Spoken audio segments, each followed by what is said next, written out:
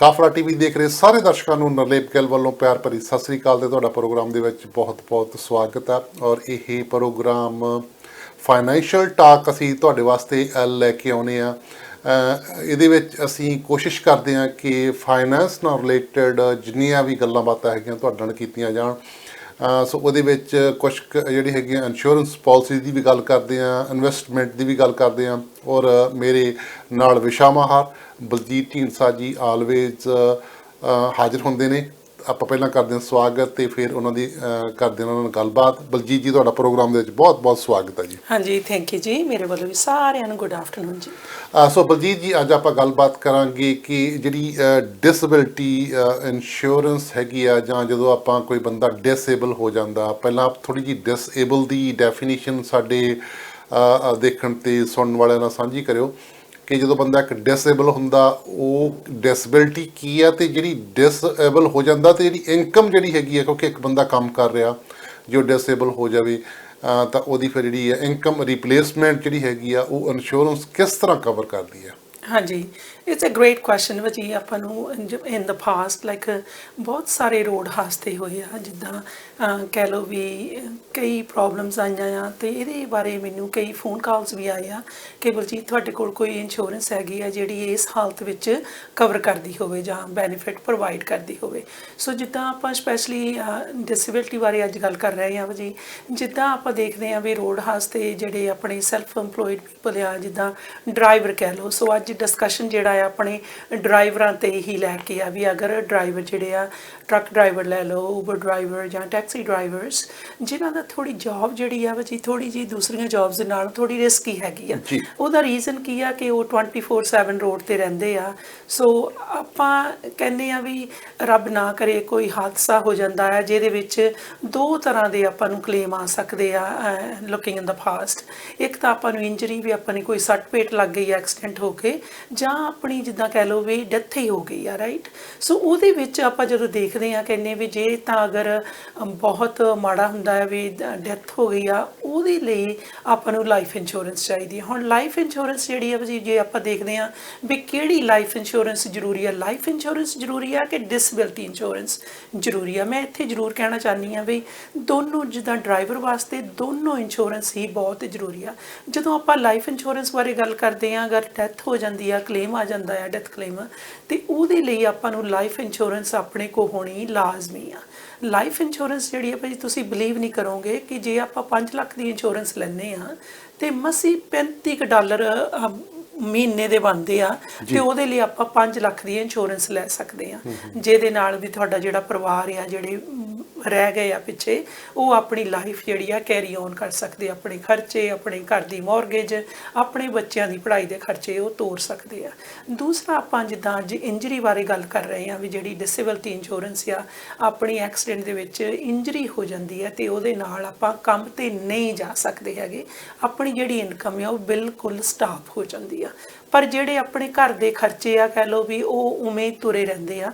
ਸੋ ਆਪਾਂ ਕੋਈ ਵੀ ਘਰੇ ਭਾਜੀ ਬੈਠਣਾ ਚਾਹੁੰਦੇ ਨਹੀਂ ਹੈਗੇ, ਪਰ ਆਪਾਂ ਅਗਰ ਡਿਸੇਬਿਲਟੀ ਇੰਸ਼ੋਰੈਂਸ ਲਈ ਹੋਈ ਆ ਅਤੇ ਆਪਾਂ ਡਾਕਟਰ ਦੇ ਆਰਡਰ 'ਤੇ, ਜੇ ਆਪਾਂ ਡਾਕਟਰ ਮਨਾ ਕਰਦਾ ਵੀ ਤੁਸੀਂ ਕੰਮ 'ਤੇ ਨਹੀਂ ਜਾ ਸਕਦੇ ਹੈਗੇ, ਇਸ ਹਾਲਤ ਵਿੱਚ ਜਿਹੜੀ ਡਿਸੇਬਿਲਟੀ ਇੰਸ਼ੋਰੈਂਸ ਆ, ਜਿਹਨੂੰ ਆਪਾਂ ਪੇ ਪ੍ਰੋਟੈਕਸ਼ਨ ਵੀ ਕਹਿ ਸਕਦੇ ਹਾਂ, ਚੈੱਕ ਪ੍ਰੋਟੈਕਸ਼ਨ ਵੀ ਕਹਿ ਸਕਦੇ ਹਾਂ, ਇਨਕਮ ਪ੍ਰੋਟੈਕਸ਼ਨ ਵੀ ਕਹਿ ਸਕਦੇ ਹਾਂ, ਨਾਮ ਤੁਸੀਂ ਕੋਈ ਵੀ ਲੈ ਲਓ, ਇਹਦਾ ਰੱਖ ਲਓ, ਪਰ ਇਹ ਇੱਕ ਕਿਸਮ ਦਾ ਜਦੋਂ ਤੱਕ ਆਪਾਂ ਕੰਮ ਕਰ ਰਹੇ ਹਾਂ, ਆਪਣੀ ਜਿਹੜੀ ਇਨਕਮ ਆ ਰਹੀ ਆ ਉਸ ਇਨਕਮ ਨੂੰ ਪ੍ਰੋਟੈਕਟ ਕਰਦੀ ਆ। ਸੋ ਬੇਸਿਕਲੀ ਤੁਸੀਂ ਜਿੰਨਾ ਕੁ ਮੈਂ ਇਸ ਚੀਜ਼ ਦੇ ਵਿੱਚ ਤੁਹਾਡੀ ਗੁਫ਼ਤਗੂ ਗੱਲਬਾਤ ਦੇ ਵਿੱਚੋਂ ਇਹ ਗੱਲ ਕੱਢੀ ਹੈ ਕਿ ਜਿਹੜੀ ਲਾਈਫ ਇੰਸ਼ੋਰੈਂਸ ਹੈਗੀ ਆ ਉਹ ਤੁਹਾਡੀ ਆਪਾਂ ਕਹਿ ਸਕਦੇ ਹਾਂ ਕਿ ਆਫਟਰ ਕੇਅਰ, ਜਦੋਂ ਤੁਹਾਡੀ ਡੈਥ ਹੁੰਦੀ ਹੈ। ਹਾਂਜੀ। ਔਰ ਜਿਹੜੀ ਡਿਸੇਬਿਲਟੀ ਇੰਸ਼ੋਰੈਂਸ ਹੈ ਡਿਊਰਿੰਗ ਤੁਸੀਂ ਜਦੋਂ ਜਿੰਦਾ ਰਹਿ ਜਾਂਦੇ ਹੋ, ਪਰ ਕਿਸੇ ਨਾ ਕਿਸੇ ਕਾਰਨ ਕਰਕੇ ਤੁਸੀਂ ਡਿਸੇਬਲ ਹੋ ਜਾਂਦੇ ਹੋ, ਤਾਂ ਉਦੋਂ ਤੁਹਾਨੂੰ ਜਿਹੜੀ ਇਨਕਮ ਹੈਗੀ ਆ, ਤੁਹਾਡੀ ਇਨਕਮ ਰੀਪਲੇਸ ਹੋ ਜਾਂਦੀ ਆ, ਤੁਹਾਡੀਆਂ ਬਿੱਲ ਬੱਤੀਆਂ ਚੱਲਦੀਆਂ ਰਹਿੰਦੀਆਂ, ਤੁਹਾਡੇ ਖਰਚੇ ਚੱਲਦੇ ਰਹਿੰਦੇ ਆ, ਕਿਉਂਕਿ ਉਹ ਤਾਂ ਸਟਾਪ ਨਹੀਂ ਹੋਣੇ। ਬੈਂਕ ਨੇ ਕੋਈ ਐਕਸਕਿਊਜ਼ ਨਹੀਂ ਮੰਨਣਾ ਤੁਸੀਂ ਕੰਮ ਕਰਦੇ ਹੋ ਜਾਂ ਨਹੀਂ ਕਰਦੇ। ਔਰ ਜਿਹੜੇ ਹਾਈਡਰੋ ਦੇ, ਟੈਲੀਫੋਨ ਦੇ, ਹੋਰ ਆਪਣੇ ਜਿਹੜੇ ਬਿਲਸ ਹੈਗੇ ਆ, ਉਹਨਾਂ ਨੇ ਤਾਂ ਸਟਾਪ ਹੋਣਾ ਨਹੀਂ ਗਾ। ਸੋ ਉਹਨਾਂ ਦੀ ਰੀਪਲੇਸਮੈਂਟ ਵਾਸਤੇ ਜਿਹੜੀ ਤੁਸੀਂ ਆਪਾਂ ਇੰਸ਼ੋਰੈਂਸ ਦੀ ਗੱਲ ਕਰ ਰਹੇ ਹੋ, ਡਿਸੇਬਿਲਟੀ ਇੰਸ਼ੋਰੈਂਸ, ਜਿਸ ਤੱਕ ਮੈਂ ਸਮਝਿਆ ਹੈਗਾ। ਸੋ ਥੋੜ੍ਹਾ ਜਿਹਾ ਇੱਕ ਵਾਰੀ ਫਿਰ ਸਾਡੇ ਦਰਸ਼ਕਾਂ ਨਾਲ ਇਹ ਸਾਂਝ ਪਾਇਓ ਕਿ ਜਿਹੜੀ ਲਾਈਫ ਇੰਸ਼ੋਰੈਂਸ ਅਤੇ ਡਿਸੇਬਿਲਟੀ ਇੰਸ਼ੋਰੈਂਸ ਆ, ਇਹਨਾਂ ਦੋਨਾਂ 'ਚ ਥੋੜ੍ਹਾ ਜਿਹਾ ਫਰਕ ਇੱਕ ਵਾਰੀ ਫਿਰ ਸਾਡੇ ਦਰਸ਼ਕਾਂ ਨੂੰ ਜ਼ਰੂਰ ਦੱਸ ਦਿਓ, ਤਾਂ ਕਿ ਕਈ ਵਾਰੀ ਆਪਾਂ ਕਹਿ ਦਿੰਦੇ ਕਿ ਸਾਡੀ ਤਾਂ ਇੰਸ਼ੋਰੈਂਸ ਕਰਾਈ ਵੀ ਹੈ। ਹਾਂਜੀ। ਸੋ ਉਹਦੇ 'ਚ ਫਿਰ ਕਈ ਵਾਰੀ ਇਹ ਹੁੰਦਾ ਕਿ ਸਾਡੀ ਡਿਸੇਬਿਲਟੀ ਇੰਸ਼ੋਰੈਂਸ ਨਹੀਂ ਹੁੰਦੀ, ਸਾਡੀ ਲਾਈਫ ਇੰਸ਼ੋਰੈਂਸ ਹੁੰਦੀ ਆ। ਜਦੋਂ ਡਿਸੇਬਿਲਟੀ ਆ ਜਾਂਦੀ ਆ ਪਰ ਅਸੀਂ ਲਾਈਫ ਇੰਸ਼ੋਰੈਂਸ ਨੂੰ ਕਾਲ ਕਰਦੇ ਹਾਂ ਵੀ ਕੁਛ ਮਿਲ ਸਕਦਾ, ਉਹ ਕਹਿੰਦੇ ਜੀ ਨਹੀਂ, ਇਹ ਤਾਂ ਤੁਹਾਡੀ ਲਾਈਫ ਇੰਸ਼ੋਰੈਂਸ ਆ, ਵੀ ਇਹ ਆਫਟਰ ਡੈਥ ਤੁਹਾਨੂੰ ਜਿਹੜੇ ਹੈਗੇ ਬੈਨੀਫਿਟਸ ਮਿਲਣੇ ਆ। ਪਰ ਉਦੋਂ ਪਹਿਲਾਂ ਹੋਰ ਵੀ ਬਹੁਤ ਸਾਰੇ ਇੰਸ਼ੋਰੈਂਸ ਪਾਲਿਸੀਜ਼ ਹੈਗੀਆਂ ਜਿਨ੍ਹਾਂ ਬਾਰੇ ਅਸੀਂ ਤੁਹਾਡੇ ਨਾਲ ਗੱਲਬਾਤ ਕਰਦੇ ਹਾਂ, ਤੁਹਾਨੂੰ ਆਗਾਹ ਕਰਦੇ ਹਾਂ, ਤੁਹਾਨੂੰ ਦੱਸਦੇ ਹਾਂ। ਬਲਜੀਤ ਜੀ ਆਲਵੇਜ਼ ਆ ਕੇ ਤੁਹਾਡੇ ਨਾਲ ਸਾਂਝ ਪਾਉਂਦੇ ਆ।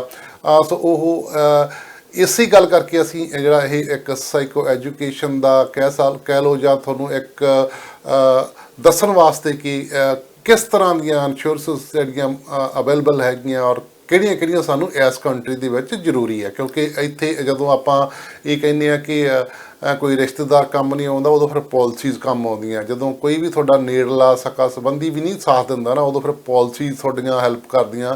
ਇਹੀ ਪਾਲਿਸੀ ਜਿਹੜੀਆਂ ਆਪਾਂ ਨੇ ਕਰਵਾਈਆਂ ਹੁੰਦੀਆਂ, ਪਰ ਉਹ ਆਪਾਂ ਨੂੰ ਕਰਵਾਉਣੀਆਂ ਪੈਂਦੀਆਂ। ਔਰ ਉਹਦੇ ਬਾਰੇ ਸਾਨੂੰ ਅਵੇਅਰ ਹੋਣਾ ਚਾਹੀਦਾ ਔਰ ਸਾਨੂੰ ਪਤਾ ਹੋਣਾ ਚਾਹੀਦਾ ਕਿ ਆਹ ਪਾਲਿਸੀ ਜਿਹੜੀਆਂ ਹੈਗੀਆਂ ਇਹ ਮਾਰਕੀਟ ਦੇ ਵਿੱਚ ਉਪਲਬਧ ਨੇ ਅਤੇ ਸਾਨੂੰ ਇਹਨਾਂ ਦਾ ਬੈਨੀਫਿਟ ਲੈਣਾ ਚਾਹੀਦਾ। ਬੜੀ ਛੋਟੀ ਜਿਹੀ ਅਮਾਊਂਟ ਦੇ ਕੇ ਜੇ ਆਪਾਂ ਸ਼ੁਰੂਆਤੀ ਦੌਰ ਦੇ ਵਿੱਚ ਆਪਾਂ ਕਹਿ ਲਈਏ ਕਿ ਸਹੀ ਏਜ ਦੇ ਵਿੱਚ ਸਹੀ ਟਾਈਮ ਦੇ ਵਿੱਚ ਜੇ ਆਪਾਂ ਪਾਲਿਸੀ ਸਟਾਰਟ ਕਰ ਲਈਏ ਤਾਂ ਬੜੀ ਮਿਨੀਮਮ ਪੇਮੈਂਟ ਜੀ ਇੱਕ ਰਹਿ ਜਾਂਦੀ ਆ ਜਿਹੜੀ ਆਪਾਂ ਨੂੰ ਦੇਣੀ ਪੈਂਦੀ ਆ। ਔਰ ਜੇਕਰ ਖਾਸ ਕਰਕੇ ਆਪਾਂ ਦੇਖੀਏ ਕਿ 올ਡ ਏਜ ਦੇ ਵਿੱਚ ਜਾ ਕੇ ਤੁਹਾਨੂੰ ਲੇਟ ਅਵੇਅਰਨੈਸ ਆਵੇ ਤਾਂ ਸਾਨੂੰ ਬਹੁਤ ਜ਼ਿਆਦਾ ਵੱਡੇ ਪ੍ਰੀਮੀਅਮ ਵੀ ਭਰਨੇ ਪੈਂਦੇ ਆ। ਸੋ ਬਲਜੀਤ ਜੀ, ਮੇਰਾ ਕੁਐਸਚਨ ਸੀਗਾ ਕਿ ਲਾਈਫ ਇੰਸ਼ੋਰੈਂਸ ਤੇ ਡਿਸੇਬਿਲਟੀ ਇੰਸ਼ੋਰੈਂਸ ਦੇ ਵਿੱਚ ਥੋੜ੍ਹਾ ਜਿਹਾ ਫਰਕ ਇੱਕ ਵਾਰੀ ਫੇਰ ਸਾਡੇ ਦਰਸ਼ਕਾਂ ਨਾਲ ਸਾਂਝ ਪਾਇਓ। ਹਾਂਜੀ, ਜਿੱਦਾਂ ਵੀ ਆਪਾਂ ਲਾਈਫ ਇੰਸ਼ੋਰੈਂਸ ਬਾਰੇ ਗੱਲ ਕਰ ਰਹੇ ਹਾਂ, life insurance is like basically to do with the life. So ਤੁਸੀਂ ਜਿੱਦਾਂ ਕਹਿ ਲਓ ਵੀ ਤੁਹਾਡੀ ਅਗਰ ਕਿਸੇ ਕਾਰਨ ਕਰਕੇ ਡੈਥ ਹੋ ਜਾਂਦੀ ਆ ਤੇ ਜਿਹੜਾ ਕਲੇਮ ਆ ਉਹ ਪੇ ਕੀਤਾ ਜਾਂਦਾ ਹੈ ਬਿਕਾਜ਼ ਤੁਸੀਂ ਇਸ ਦੁਨੀਆ ਵਿੱਚ ਨਹੀਂ ਹੈਗੇ। ਤੁਹਾਡੀ ਕਹਿ ਲਓ ਵੀ ਲਾਈਫ ਦੀ ਇੰਸ਼ੋਰੈਂਸ ਆ, ਰਾਈਟ, ਤੁਹਾਡੀ ਜ਼ਿੰਦਗੀ ਦੀ ਇੰਸ਼ੋਰੈਂਸ ਆ। ਅਗਰ ਤੁਸੀਂ ਚਲੇ ਜਾਂਦੇ ਆ ਤੇ insurance get paid off. So ਜਿਹੜੀ ਡਿਸੇਬਿਲਟੀ ਇੰਸ਼ੋਰੈਂਸ ਆ ਉਹ ਆਪਣੇ ਆਪਾਂ ਕਹਿੰਦੇ ਆ ਵੀ ਲਿਵਿੰਗ ਬੈਨੀਫਿਟ, ਮੀਨਿੰਗ ਦੈਟ ਵੀ ਆਪਾਂ ਜੀਂਦੇ ਜੀ ਜਿਹੜੇ ਆ ਬੈਨੀਫਿਟ ਆਪਾਂ ਇਹਨਾਂ ਦਾ ਲਾਹਾ ਲੈ ਸਕਦੇ ਆ। ਇਹ ਆਪਾਂ ਕਦੋਂ ਲੈ ਸਕਦੇ ਆ ਜੀ? ਜਦੋਂ ਆਪਾਂ ਨੂੰ ਕੋਈ ਇੰਜਰੀ ਹੋ ਜਾਂਦੀ ਆ, ਆਪਾਂ ਕੋਈ ਸੱਟ ਪੇਟ ਆਪਣੇ ਲੱਗ ਜਾਂਦੀ ਆ ਤੇ ਉਹਦੇ ਕਰਕੇ ਆਪਣੀ ਜਿਹੜੀ ਆ ਇਨਕਮ ਆ ਸਟਾਪ ਹੋ ਜਾਂਦੀ ਆ, ਆਪਾਂ ਘਰੇ ਬੈਠ ਜਾਂਦੇ ਆ, ਆਪਾਂ ਕੰਮ ਤੇ ਨਹੀਂ ਜਾ ਸਕਦੇ ਹੈਗੇ ਕਿ ਮੇ ਵੀ ਹੋ ਸਕਦਾ ਆ ਆਪਾਂ ਨੂੰ ਰਿਕਵਰ ਕਰਨ ਵਾਸਤੇ 6 ਮਹੀਨੇ ਲੱਗ ਸਕਦੇ ਆ, ਸਾਲ ਲੱਗ ਸਕਦਾ, 2 ਸਾਲ। ਕਈ ਵਾਰੀ ਇਦਾਂ ਦੀ ਸਵੇਰੇ ਇੰਜਰੀਜ਼ ਹੋ ਜਾਂਦੀਆਂ ਕਿ ਆਪਾਂ ਕੰਮ ਬਿਲਕੁਲ ਕਰ ਹੀ ਨਹੀਂ ਸਕਦੇ ਹੈਗੇ ਏਜ 65 ਤੱਕ, ਰਾਈਟ। ਸੋ ਉਹਦੇ ਨਾਲ ਆਪਾਂ ਨੂੰ ਜਿਹੜੀ ਆਪਣੀ ਇਨਕਮ ਆ ਉਹ ਪ੍ਰੋਟੈਕਟ ਹੋ ਜਾਂਦੀ ਹੈ। So disability is to do with ਆਪਣੇ ਕੋਈ ਸੱਟ ਲੱਗ ਜਾਂਦੀ ਆ ਤੇ ਜਿਹੜੀ ਲਾਈਫ ਇੰਸ਼ੋਰੈਂਸ ਆ ਉਹ ਬੇਸਿਕਲੀ ਹੈਗੀ ਹੈ ਵੀ ਅਗਰ ਤੁਹਾਡੀ ਕਿਸੇ ਕਾਰਨ ਕਰਕੇ ਤੁਹਾਡੀ ਡੈਥ ਹੋ ਜਾਂਦੀ ਆ ਤੇ that claim gets paid in those situations। ਦੂਸਰਾ ਵਾ ਜੀ, ਤੁਸੀਂ ਬੜੀ ਸੋਹਣੀ ਗੱਲ ਮੈਂਸ਼ਨ ਕੀਤੀ ਆ ਵੀ ਕਈ ਵਾਰੀ ਆਪਾਂ ਇਦਾਂ ਸੋਚ ਲੈਂਦੇ ਆ ਵੀ ਜਿੱਦਾਂ ਆਪਾਂ 5000 ਮਹੀਨੇ ਦਾ ਬਣਾ ਰਹੇ ਆ ਜਾਂ 10,000 ਆ, ਆਪਣੇ ਕਈ ਟਰੱਕ ਵੀਰ ਜਿਹੜੇ ਆ ਵੀ ਕਾਫੀ ਪੈਸਾ ਬਣਾ ਰਹੇ ਆ, ਪਰ ਜਦੋਂ ਇੰਸ਼ੋਰੈਂਸ ਦੀ ਗੱਲ ਹੁੰਦੀ ਆ ਉਸ ਚੀਜ਼ ਨੂੰ, ਉਸ 10,000 ਨੂੰ ਪ੍ਰੋਟੈਕਟ ਕਰਨ ਵਾਸਤੇ ਆਪਾਂ $50 ਦੇ ਕੇ ਜਾਂ ਆਪਾਂ $35 ਦੇ ਕੇ, ਡਿਪੈਂਡ ਕਰਦਾ ਆ ਵੀ ਆਪਾਂ ਕਿਹੜੀ ਇਨਕਮ ਜਿਹੜੀ ਆ ਕਿੰਨੀ ਇਨਕਮ ਨੂੰ ਪ੍ਰੋਟੈਕਟ ਕਰਨਾ ਚਾਹੁੰਦੇ ਆ। ਸੋ ਆਪਾਂ ਥੋੜ੍ਹੇ ਜਿਹੇ ਪੈਸੇ $50 $100 ਜਾਂ $35 ਜਿਹੜਾ ਵੀ ਪਲਾਨ ਆਪਾਂ ਲੈਂਦੇ ਆ ਉਹਦੇ ਮੁਤਾਬਕ ਆਪਾਂ ਪੇ ਕਰਕੇ ਆਪਣਾ ਜਿਹੜਾ 10,000 ਆ ਆਪਾਂ ਉਸ ਨੂੰ ਪ੍ਰੋਟੈਕਟ ਕਰ ਲਿਆ ਆ। ਸੋ ਪਰ ਕਈ ਵਾਰੀ ਭਾਜੀ ਇੱਦਾਂ ਵੀ ਆਪਣੇ ਸੁਣਨ ਵਿੱਚ ਆਇਆ ਵੀ ਜਦੋਂ ਕੋਈ ਇੰਜਰੀ ਵਗੈਰਾ ਹੋ ਜਾਂਦੀ ਆ, ਜਿੱਦਾਂ ਤੁਸੀਂ ਮੈਂਸ਼ਨ ਕੀਤਾ ਵੀ ਆਪਣੇ ਰਿਸ਼ਤੇਦਾਰ ਫਰੈਂਡਸ ਜਿਹੜੇ ਆ ਉਹ ਚਾਹੁੰਦੇ ਵੀ ਹੁੰਦੇ ਆ ਕਈ ਵਾਰ ਵੀ ਆਪਣੀ ਹੈਲਪ ਕਰਨ, ਪਰ ਆਪਾਂ ਨੂੰ ਉਹ ਜਿਹੜੀ ਫਾਈਨੈਂਸ਼ੀਅਲ ਤੌਰ 'ਤੇ ਹੈਲਪ ਕਰਨੀ ਉਹ ਸਾਰਿਆਂ ਵਾਸਤੇ ਹੀ ਔਖੀ ਆ ਕਰਕੇ everybody is hand to mouth, right. So ਉਹਨਾਂ ਦੇ ਵੀ ਖਰਚੇ ਆ ਉਹ ਹੈਲਪ ਕਰਨੀ ਚਾਹੁੰਦੇ ਪਰ ਕਰ ਨਹੀਂ ਸਕਦੇ ਹੈਗੇ।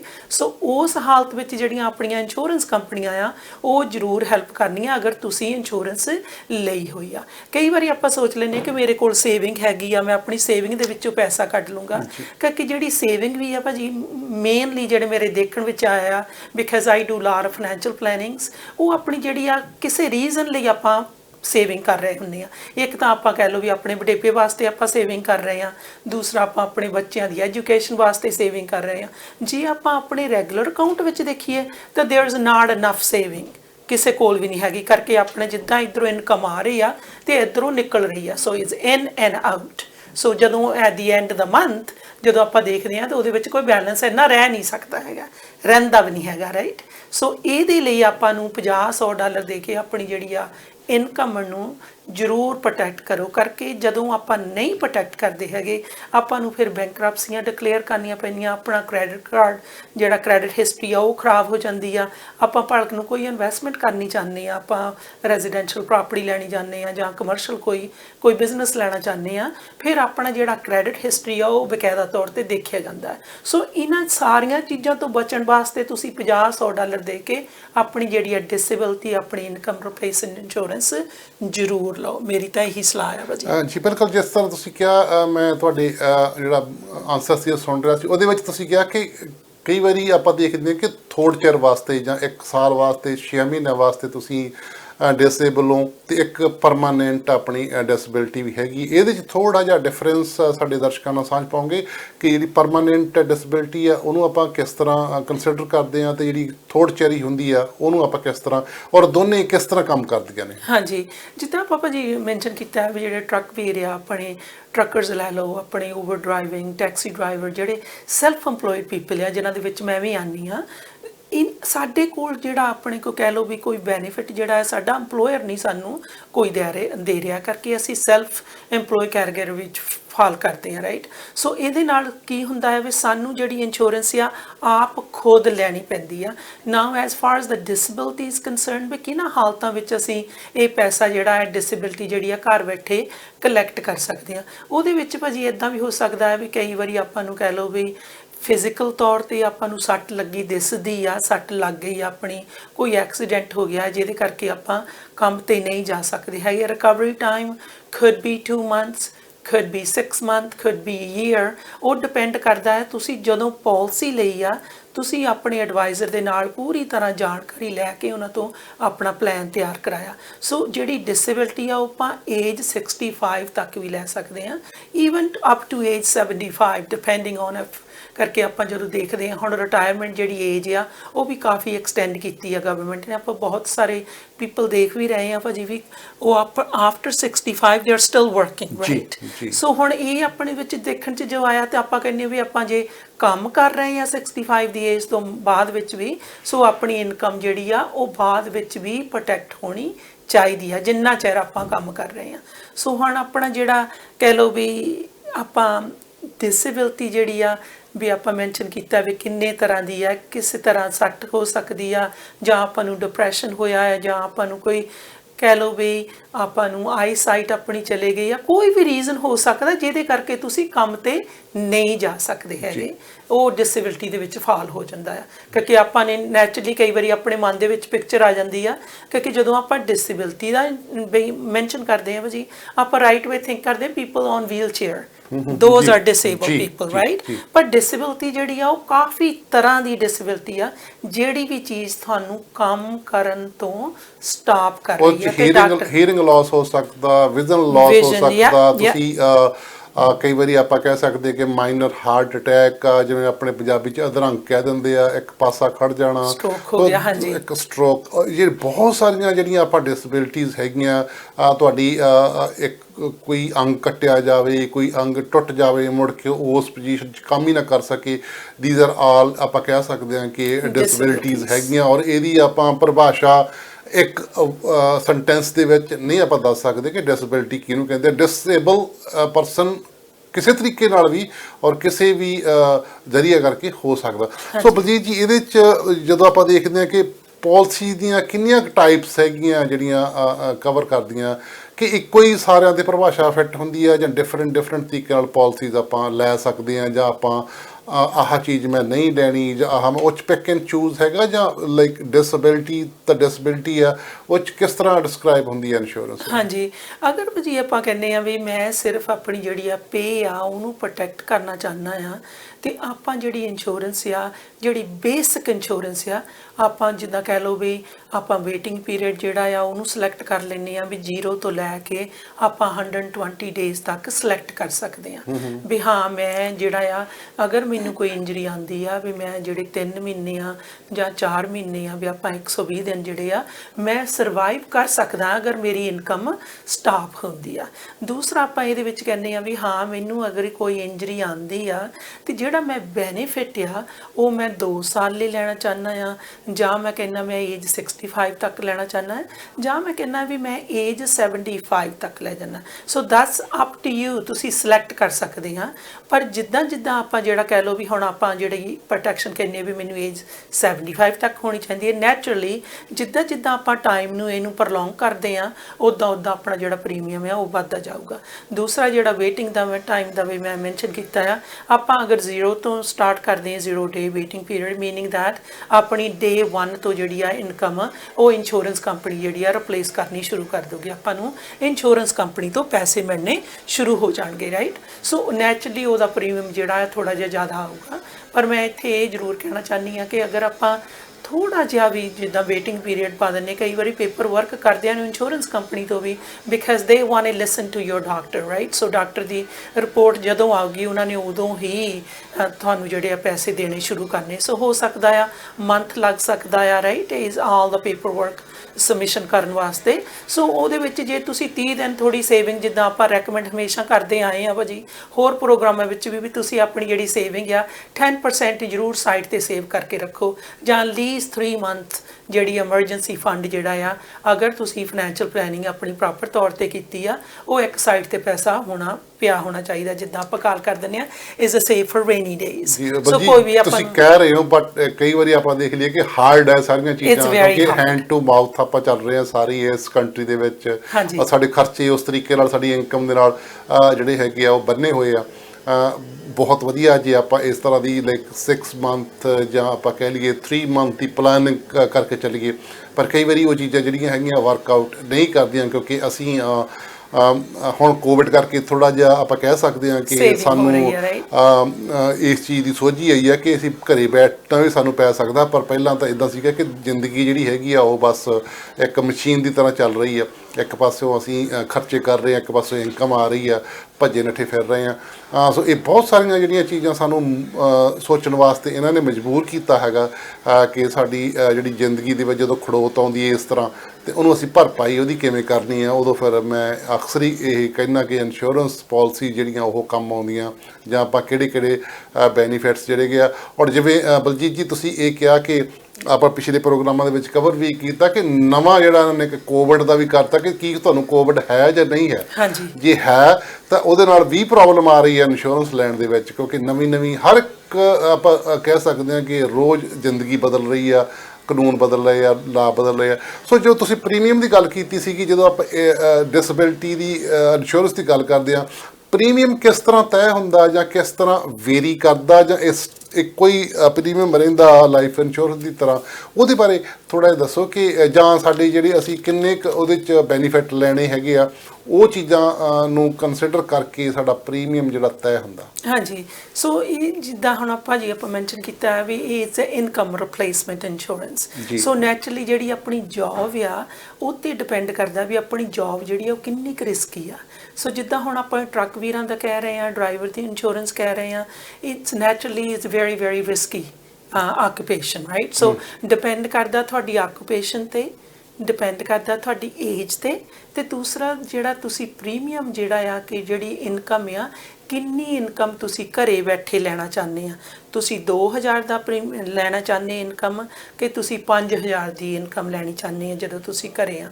ਸੋ ਦੈਟ ਡਿਪੈਂਡਸ ਔਨ ਤੁਸੀਂ ਕਿੰਨਾ ਪੈਸਾ ਬਣਾ ਰਹੇ ਆ, ਰਾਈਟ। ਸੋ ਉਹਦੇ ਹਿਸਾਬ ਦੇ ਨਾਲ ਇਹਨਾਂ ਨੇ ਜਿੱਦਾਂ ਇੰਸ਼ੋਰੈਂਸ ਕੰਪਨੀਆਂ ਜਿਹੜੀਆਂ ਆ ਉਹ ਆਪਣਾ ਪ੍ਰੀਮੀਅਮ ਜਿਹੜਾ ਸੈੱਟ ਕਰਦੇ ਨੇ। ਸੋ ਆਕੂਪੇਸ਼ਨ, ਏਜ ਐਂਡ ਆਲਸੋ ਵੀ ਤੁਸੀਂ ਕਿੰਨੀ ਇਨਕਮ ਲੈਣੀ ਚਾਹੁੰਦੇ ਆ ਘਰ ਬੈਠ ਕੇ, ਅਤੇ ਤੀਸਰਾ ਜਿਹੜਾ ਆ ਕਿੰਨਾ ਟਾਈਮ ਤੁਸੀਂ ਵੇਟਿੰਗ ਪੀਰੀਅਡ ਪਾ ਸਕਦੇ ਆ ਇਹਦੇ ਵਿੱਚ, ਅਤੇ ਕਿੰਨੇ ਟਾਈਮ ਵਾਸਤੇ ਤੁਸੀਂ ਇੰਸ਼ੋਰੈਂਸ ਲੈਣੀ ਚਾਹੁੰਦੇ ਆ ਜਾਂ ਇਨਕਮ ਜਿਹੜੀ ਆ ਘਰ ਬੈਠੇ ਲੈਣੀ ਚਾਹੁੰਦੇ, 2 ਸਾਲ ਵਾਸਤੇ, 5 ਸਾਲ ਵਾਸਤੇ, 65 ਸਾਲ ਦੀ ਏਜ ਤੱਕ ਜਾਂ 75 ਸਾਲ ਦੀ ਏਜ ਤੱਕ ਕਰਕੇ। ਕਈ ਵਾਰੀ ਇੱਦਾਂ ਆਪਣੀ ਦੇਖਣ ਵਿੱਚ ਵੀ ਆਇਆ ਭਾਜੀ ਇਨ ਦਾ ਪਾਸਟ ਕਰਕੇ ਇੰਨੀ ਸਵੀਅਰ ਇੰਜਰੀ ਹੋ ਜਾਂਦੀ ਆ ਕਿ ਤੁਸੀਂ ਕੰਮ ਕਰਨ ਦੇ ਬਿਲਕੁਲ ਲਾਈਕ ਰਹਿੰਦੇ ਹੀ ਨਹੀਂ ਹੈਗੇ, ਰਾਈਟ, ਫॉर ਲਾਈਫ। ਸੋ ਉਸ ਹਾਲਤ ਦੇ ਵਿੱਚ ਜਿਹੜੀ ਆ ਇਨਕਮ ਆ ਉਹ ਤੁਹਾਨੂੰ ਘਰੇ ਬੈਠਿਆਂ ਨੂੰ ਫॉर ਏਜ 65 ਏਜ 75 ਜਿੰਨੇ ਦਾ ਵੀ ਤੁਸੀਂ ਪਲਾਨ ਲਿਆ ਆ ਉਹ ਤੁਸੀਂ ਆਪਣਾ ਜਿਹੜਾ ਪਲਾਨ ਆ ਉਹ ਤਿਆਰ ਤੁਸੀਂ ਜਿਹੜਾ ਐਕਸਪੀਰੀਅੰਸ ਬ੍ਰੋਕਰ ਆ ਉਹਦੇ ਨਾਲ ਬੈਠ ਕੇ ਜ਼ਰੂਰ ਇਹ ਜਿਹੜਾ ਪਲਾਨ ਆ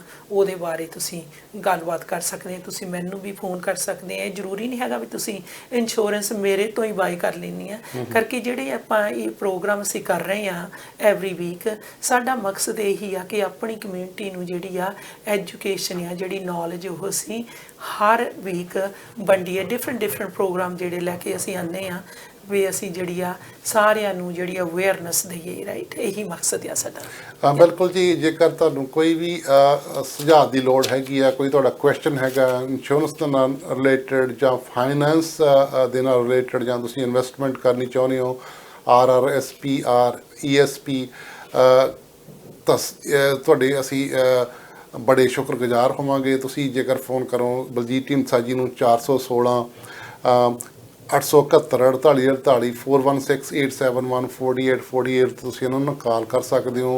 ਇਹਨਾਂ ਦਾ ਨੰਬਰ ਸਕਰੀਨ 'ਤੇ ਵੀ ਆ ਰਿਹਾ, ਆਲਵੇਜ਼ ਰਹਿੰਦਾ ਹੈਗਾ। ਔਰ ਤੁਸੀਂ ਜੇਕਰ ਇਹਨਾਂ ਨੂੰ ਈਮੇਲ ਕਰਨੀ ਚਾਹੁੰਦੇ ਆ, ਇਹਨਾਂ ਦਾ last name Dhindsa 2015 Dhindsa 2015 @gmail.com 'ਤੇ ਤੁਸੀਂ ਇਹਨਾਂ ਨੂੰ ਈਮੇਲ ਕਰਕੇ ਵੀ ਆਪਦਾ ਕੁਐਸਚਨ ਪੁੱਛ ਸਕਦੇ ਹੋ। ਔਰ ਜੇਕਰ ਤੁਸੀਂ WhatsApp 'ਤੇ ਕਾਲ ਕਰਨੀ ਆ, WhatsApp 'ਤੇ ਮੈਸੇਜ ਛੱਡਣਾ, ਟੈਕਸਟ ਮੈਸੇਜ ਦੇਣਾ ਹੈਗਾ। ਸੋ ਕਿਸੇ ਵੀ ਤਰੀਕੇ ਨਾਲ ਤੁਸੀਂ ਇਹਨਾਂ ਦੇ ਨਾਲ ਗੱਲਬਾਤ ਕਰ ਸਕਦੇ ਹੋ। ਔਰ ਅੱਜ ਕੱਲ੍ਹ ਜਿਵੇਂ ਵਰਚੁਅਲ ਦੌਰ ਹੈਗਾ, ਵਰਚੁਅਲ ਜ਼ੂਮ ਮੀਟਿੰਗ 'ਤੇ ਆ ਕੇ ਵੀ ਤੁਹਾਡੇ ਨਾਲ ਇਹ ਡਿਸਕਸ ਕਰ ਸਕਦੇ ਆ। So please call Baljit Dhindsa for your all insurance need or finance ਦੇ ਨਾਲ ਜੋ ਰਿਲੇਟਡ ਤੁਹਾਡੇ ਕੁਐਸਚਨ ਹੈਗੇ ਤੁਸੀਂ ਇਹਨਾਂ ਨੂੰ ਕਾਲ ਕਰ ਸਕਦੇ ਹੋ 416 871 4848। ਸੋ ਬਲਜੀਤ ਜੀ, ਜਿਸ ਤਰ੍ਹਾਂ ਆਪਾਂ ਗੱਲਬਾਤ ਕਰ ਰਹੇ ਸੀਗੇ, ਇੱਕ ਤਾਂ ਰੀਪਲੇਸਮੈਂਟ ਹੋ ਗਈ ਆਪਣੀ ਇੰਸ਼ੋਰੈਂਸ, ਆਪਾਂ ਜਦੋਂ ਡਿਸੇਬਿਲਿਟੀ ਇੰਸ਼ੋਰੈਂਸ ਲੈ ਲੈਂਦੇ ਹਾਂ। ਹਾਂਜੀ। ਅਤੇ ਇੱਕ ਹੋਰ ਕਿਹੜੀਆਂ ਅਦਰ ਰੀਪਲੇਸਮੈਂਟਸ ਹੈਗੀਆਂ ਤੁਹਾਡੀ ਇਨਕਮ ਜਦੋਂ ਆਪਾਂ ਡਿਸੇਬਲ ਹੋ ਜਾਂਦੇ ਹਾਂ? ਹਾਂਜੀ, ਇੱਕ ਤਾਂ ਆਪਾਂ ਸੈਲਫ ਇੰਪਲੋਇਡ ਪੀਪਲਾਂ ਵਾਸਤੇ ਅੱਜ ਗੱਲ ਕੀਤੀ ਆ ਵੀ ਜਿਹੜੀ ਤੁਹਾਨੂੰ ਆਪ ਖੁਦ ਹੀ ਇੰਸ਼ੋਰੈਂਸ ਲੈਣੀ ਪੈਂਦੀ ਆ। ਦੂਸਰਾ ਹੈ ਜਿੱਦਾਂ ਹੁਣ ਆਪਾਂ ਕਿਸੇ ਇੰਪਲੋਇਰ ਦੇ ਨਾਲ ਕੰਮ ਕਰ ਰਹੇ ਆ, ਆਪਾਂ ਸੈਲਰੀ 'ਤੇ ਆ ਜਾਂ ਆਪਾਂ ਨੂੰ ਆਵਰਲੀ ਰੇਟ ਦੇ ਰਹੇ ਆ, ਆਪਾਂ ਨੂੰ ਇੰਪਲੋਇਰ ਜਿਹੜਾ ਆ ਉਹ ਬੇਸਿਕਲੀ ਕਵਰ ਕਰ ਰਿਹਾ ਹੈ ਜੋਬ 'ਤੇ। ਰਾਈਟ, ਕਰਕੇ ਉਹਨਾਂ ਨੂੰ ਜਿੱਦਾਂ ਇਸ ਲਾ ਆਫ ਕੈਨੇਡਾ ਵੀ ਆਪਾਂ ਨੂੰ ਜਿਹੜੀ ਆ WSIB ਕਹਿ ਲਓ, ਵਰਕਿੰਗ ਕੰਪਨਸੇਸ਼ਨ ਜਿਹੜੀ ਆ ਇੰਪਲੋਇਰ ਨੂੰ ਇਹ ਇੰਸ਼ੋਰੈਂਸ ਜ਼ਰੂਰ ਲੈਣੀ ਪੈਂਦੀ ਆ। ਰਾਈਟ, ਅਗਰ ਕੋਈ ਇੰਜਰੀ ਤੁਹਾਡੀ ਵਰਕ 'ਤੇ ਹੋ ਜਾਂਦੀ ਆ, ਉਹ ਤੁਹਾਨੂੰ ਵਰਕ 'ਤੇ ਇੰਜਰੀ ਹੋਈ ਆ ਤਾਂ ਫਿਰ ਜ਼ਰੂਰ ਕਵਰ ਕਰਨਗੇ। So that's the income you probably get it from the working compensation which is very hard ਦੀਸ days. ਕਰਕੇ ਕਈ ਵਾਰੀ ਕਹਿ ਲਓ ਵੀ ਜਿੱਦਾਂ ਉਹ ਡਾਕਟਰ ਦੇ ਰੈਕਡ ਵੀ ਦੇਖਦੇ, ਉਹਨਾਂ ਦੇ ਆਪ ਦੇ ਡਾਕਟਰ ਵੀ ਹੈਗੇ ਆ, ਕਰਕੇ in the past I think people may be took advantage of this system. ਸੋ ਹੁਣ ਇਸ ਕਰਕੇ ਥੋੜ੍ਹਾ ਜਿਹਾ ਥੋੜ੍ਹਾ ਜਿਹਾ ਨਹੀਂ, ਮੈਂ ਤਾਂ ਕਹੂੰਗੀ ਵੀ ਜ਼ਿਆਦਾ ਕੇਅਰਫੁਲ ਆ। ਸੋ ਉਹ ਜਿਹੜੀ ਅਪਰੂਵਲ ਦੇਣੀ ਆ ਬਹੁਤ ਟਾਈਮ ਲੱਗਦਾ ਆ। ਜਿਹੜੀ ਆਪਣੀ ਕੈਨੇਡਾ ਡਿਸੇਬਿਲਟੀ ਇੰਸ਼ੋਰੈਂਸ ਵਾਸਤੇ ਆਪਾਂ ਕਹਿੰਦੇ ਆ, ਆਪਾਂ ਜਿੱਦਾਂ ਕੈਨੇਡਾ ਡਿਸੇਬਿਲਟੀ CPP ਪੈਨਸ਼ਨ ਜਿੱਦਾਂ ਆ ਉਹ ਵੀ ਤੁਸੀਂ ਲਵਾ ਸਕਦੇ ਆ। ਅਗਰ ਤੁਹਾਨੂੰ ਕੋਈ ਇੰਜਰੀ ਹੋ ਗਈ ਆ ਪਰ ਤੁਹਾਡੇ ਕੋਲ ਆਪਣੀ ਇੰਸ਼ੋਰੈਂਸ ਨਹੀਂ ਸੀਗੀ ਤੇ ਤੁਸੀਂ ਉੱਥੇ ਵੀ ਅਪਲਾਈ ਕਰ ਸਕਦੇ ਆ। ਪਰ ਜਿਹੜੇ ਸੈਲਫ ਇੰਪਲੋਇਡ ਪੀਪਲ ਆ ਉਹਨਾਂ ਲਈ ਕਰਕੇ ਉਹ ਕੋਈ ਆਪਣੇ ਕੈਨੇਡਾ ਪੈਨਸ਼ਨ ਪਲਾਨ ਵਿੱਚ ਇੰਨਾ ਪੈਸਾ ਪਾ ਨਹੀਂ ਰਹੇ ਹੈਗੇ ਭਾਜੀ।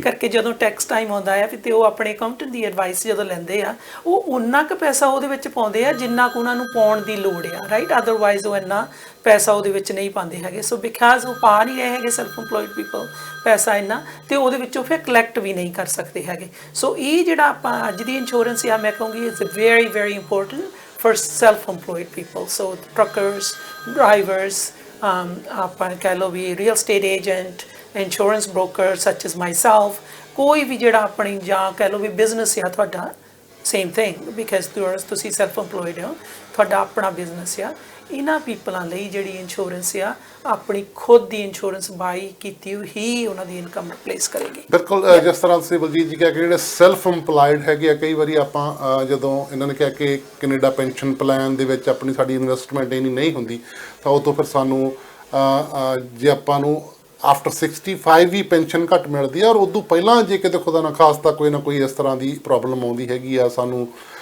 ਇਨਕਮ ਰਿਪਲੇਸਮੈਂਟ ਚਾਹੀਦੀ ਆ, ਅਸੀਂ ਡਿਸੇਬਲ ਹੋ ਜਾਂਦੇ ਆ, ਤਾਂ ਜੇਕਰ ਤਾਂ ਕੋਈ ਬੰਦਾ ਇੱਕ 20 ਸਾਲ ਦੀ ਏਜ ਤੋਂ ਲੈ ਕੇ 45 50 ਤੱਕ ਉਹਨੇ ਕੰਮ ਕੀਤਾ, ਉਹਦੀ ਹੋ ਸਕਦਾ CPP ਜਿਹੜੀ ਕੈਨੇਡਾ ਪੈਨਸ਼ਨ ਪਲਾਨ ਦੇ ਵਿੱਚ ਇੰਨੀ ਇਨਕਮ ਹੋਵੇ ਕਿ ਉਹ ਆਪਦੀ ਲਾਈਫ ਜਿਹੜੀ ਹੈਗੀ ਆ ਬਾਕੀ ਵਧੀਆ ਤਰੀਕੇ ਨਾਲ ਗੁਜ਼ਾਰ ਸਕਦਾ। ਪਰ ਜੇ ਇੱਕ ਸੈਲਫ ਇੰਪਲਾਇਡ ਨੇ ਆਪਦੀ ਇਨਕਮ ਨਹੀਂ ਸ਼ੋਅ ਕੀਤੀ, ਕਈ ਕਾਰਨ ਕਰਕੇ ਹੋ ਸਕਦਾ ਕਿ ਉਹਦੀ ਇਨਕਮ ਹੋਵੇ ਹੀ ਨਾ, ਜਾਂ ਉਹ ਸਰਵਾਈਵ ਹੀ ਕਰ ਰਿਹਾ ਸੀਗਾ ਹੈਂਡ ਟੂ ਮਾਊਥ, ਉਹਦੇ ਕੋਲ ਇੰਨੀ ਇਨਕਮ ਨਹੀਂ ਸੀ ਸ਼ੋਅ ਕਰਨ ਨੂੰ, ਉਹਦੇ ਵਾਸਤੇ ਕੈਸ਼ ਜੌਬ ਵੀ ਹੋ ਸਕਦੀ ਆ, ਕਿਸੇ ਤਰੀਕੇ ਨਾਲ ਵੀ ਉਹਦੀ ਇਨਕਮ ਲੋ ਸੀਗੀ ਆਪਾਂ ਕਹਿ ਸਕਦੇ ਹਾਂ, ਤਾਂ ਉਹ ਹੋ ਸਕਦਾ ਕਿ ਉਹਨੂੰ ਜਿਹੜੀ ਆ CPP ਉਹ ਨਹੀਂ ਨਾ ਮਿਲੇ।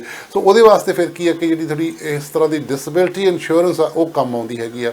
ਸੋ ਸਾਨੂੰ ਬੜੇ ਇਸ ਕੰਟਰੀ ਦੇ ਵਿੱਚ ਬਹੁਤ ਸਾਰੀਆਂ ਚੀਜ਼ਾਂ ਜਿਹੜੀਆਂ ਹੈਗੀਆਂ ਅਗਾਊਂ ਫਿਊਚਰ ਬਾਰੇ ਪਲੈਨਿੰਗ ਜਿਹੜੀ ਹੈਗੀ ਆ ਉਹ ਕਰ ਲੈਣੀ ਚਾਹੀਦੀ ਆ ਕਿ ਅਸੀਂ ਕਿੱਥੇ ਰਹਿ ਰਹੇ ਹਾਂ, ਕਿਸ ਅਵਸਥਾ 'ਚ ਰਹਿ ਰਹੇ ਹਾਂ, ਕੀ ਸਾਡੀ ਇਨਕਮ ਹੈ, ਆਉਣ ਵਾਲਾ ਫਿਊਚਰ ਸਾਡਾ ਕਿਸ ਤਰ੍ਹਾਂ ਦਾ ਹੋਊਗਾ।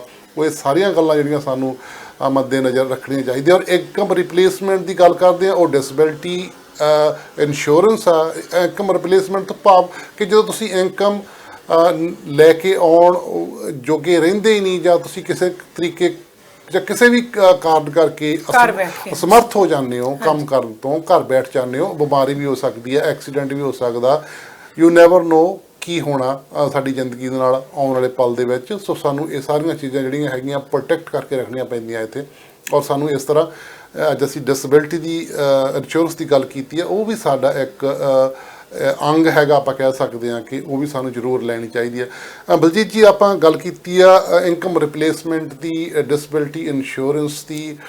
ਠੀਕ ਆ, ਆਪਾਂ ਲੈ ਲੈਂਦੇ, ਜਿਸ ਤਰ੍ਹਾਂ ਆਪਾਂ ਗੱਲ ਕੀਤੀ ਯੰਗ ਏਜ ਦੇ ਵਿੱਚ ਆਪਾਂ ਨੂੰ ਜ਼ਰੂਰਤ ਹੈਗੀ ਆ, ਜਾਂ ਜਿੰਨਾ ਚਿਰ ਮੇਰੇ ਤੇ ਡਿਪੈਂਡੈਂਟ ਹੈਗੇ ਉਦੋਂ ਤੱਕ ਜ਼ਰੂਰਤ ਹੈਗੀ। ਆਪਾਂ ਕਦੋਂ ਸਟਾਪ ਕਰ ਦੇਣੀ ਚਾਹੀਦੀ ਹੈ, ਜਾਂ ਕਦੋਂ ਆਪਾਂ ਸਟਾਪ ਕਰ ਸਕਦੇ ਹਾਂ ਇਸ ਇੰਸ਼ੋਰੈਂਸ ਨੂੰ? ਹਾਂਜੀ, ਮੇਰੀ ਐਡਵਾਈਸ ਹੈਗੀ ਆ ਭਾਜੀ ਵੀ ਅਗਰ ਤੁਸੀਂ ਕੰਮ ਕਰਨਾ ਸਟਾਪ ਕਰ ਦਿੱਤਾ ਹੈ, ਲਾਈਕ ਲੈਟਸ ਸੇ ਏਜ 65 ਔਰ ਈਵਨ 67, ਜਦੋਂ ਵੀ ਤੁਸੀਂ ਕੰਮ ਸਟਾਪ ਕਰਦੇ ਆ ਉਦੋਂ ਹੀ ਤੁਹਾਨੂੰ ਜਿਹੜੀ ਇੰਸ਼ੋਰੈਂਸ ਜਿਹੜੀ ਆ ਪ੍ਰੀਮੀਅਮ ਦੇਣਾ ਬੰਦ ਕਰ ਦੇਣਾ ਚਾਹੀਦਾ ਹੈ। Because this is like literally ਇਹਦਾ ਨੇਮ ਹੀ ਆਪਾਂ ਇਨਕਮ ਰਿਪਲੇਸਮੈਂਟ ਰੱਖਿਆ। ਅਗਰ ਇਨਕਮ ਨਹੀਂ ਆ ਰਹੀ ਹੈਗੀ, ਤੁਸੀਂ ਕੰਮ ਨਹੀਂ ਕਰ ਰਹੇ ਹੈਗੇ ਨਾ, you can stop paying the premium. ਸੋ ਤੁਹਾਨੂੰ ਫਿਰ ਉਹ ਇੰਸ਼ੋਰੈਂਸ ਚਾਹੀਦੀ ਨਹੀਂ ਹੈਗੀ, ਰਾਈਟ? ਬਿਲਕੁਲ ਜੀ, ਉਮੀਦ ਆ ਅੱਜ ਦੀ ਜਿਹੜੀ ਗੱਲਬਾਤ ਤੁਹਾਨੂੰ ਪਸੰਦ ਆਈ ਹੋਵੇਗੀ, ਔਰ ਇਹਦੇ 'ਚ ਥੋੜ੍ਹੀ ਬਹੁਤੀ ਜਾਣਕਾਰੀ 'ਚ ਤੁਹਾਡੀ 'ਚ ਵਾਧਾ ਕਰਨ 'ਚ ਅਸੀਂ ਕੋਸ਼ਿਸ਼ ਕਰ ਰਹੇ ਹਾਂ। ਔਰ ਤੁਹਾਡਾ ਜੇ ਕੋਈ ਵੀ ਕੁਐਸਚਨ ਹੈਗਾ ਬਲਜੀਤ ਢੀਂਡਸਾ ਜੀ ਨਾਲ, ਤੁਸੀਂ ਕਾਲ ਕਰਕੇ ਇਹਨਾਂ ਨਾਲ ਗੱਲਬਾਤ ਕਰ ਸਕਦੇ ਹੋ। 4168714848 'ਤੇ ਕਾਲ ਕੀਤੀ ਜਾ ਸਕਦੀ ਆ। Text message, voice message, email ਕਰਨੀ ਆ tindsa2015@gmail.com 'ਤੇ ਤੁਸੀਂ ਈਮੇਲ ਵੀ ਕਰ ਸਕਦੇ ਹੋ। ਔਰ ਅਗਲੇ ਹਫਤੇ ਅਸੀਂ ਤੁਹਾਡੇ ਲਈ ਇੱਕ ਹੋਰ ਜਾਣਕਾਰੀ ਭਰਪੂਰ ਪ੍ਰੋਗਰਾਮ ਲੈ ਕੇ ਆਵਾਂਗੇ, ਜੋ ਕਿ ਫਾਈਨੈਂਸ ਨਾਲ ਜਾਂ ਇੰਸ਼ੋਰੈਂਸ ਦੇ ਨਾਲ ਰਿਲੇਟਡ ਹੋਊਗਾ। ਸੋ ਉਦੋਂ ਤੱਕ ਅਸੀਂ ਤੁਹਾਡੇ ਕੋਲੋਂ ਇਜਾਜ਼ਤ ਚਾਹੁੰਦੇ ਹਾਂ। ਤਾਂ ਸਾਰਿਆਂ ਦਾ ਰੱਬ ਰਾਖਾ ਜੀ, ਆਪਦੇ ਆਪ ਨੂੰ ਸੇਫ ਰੱਖੋ, ਔਰ ਜਿਹੜਾ ਅੱਜ ਕੱਲ੍ਹ ਦੌਰ ਚੱਲ ਰਿਹਾ ਕੋਵਿਡ ਦਾ, ਇਹ ਤੋਂ ਬਚ ਕੇ ਰਹੋ। ਅਤੇ ਉਮੀਦ ਹੈ ਅਗਲੇ ਹਫਤੇ ਤੁਹਾਡੇ ਨਾਲ ਫਿਰ ਮੁਲਾਕਾਤ ਹੋਗੀ। ਤਦ ਤੱਕ ਤੁਹਾਨੂੰ ਦਿਓ ਜੀ ਇਜਾਜ਼ਤ। ਸਤਿ ਸ਼੍ਰੀ ਅਕਾਲ ਜੀ।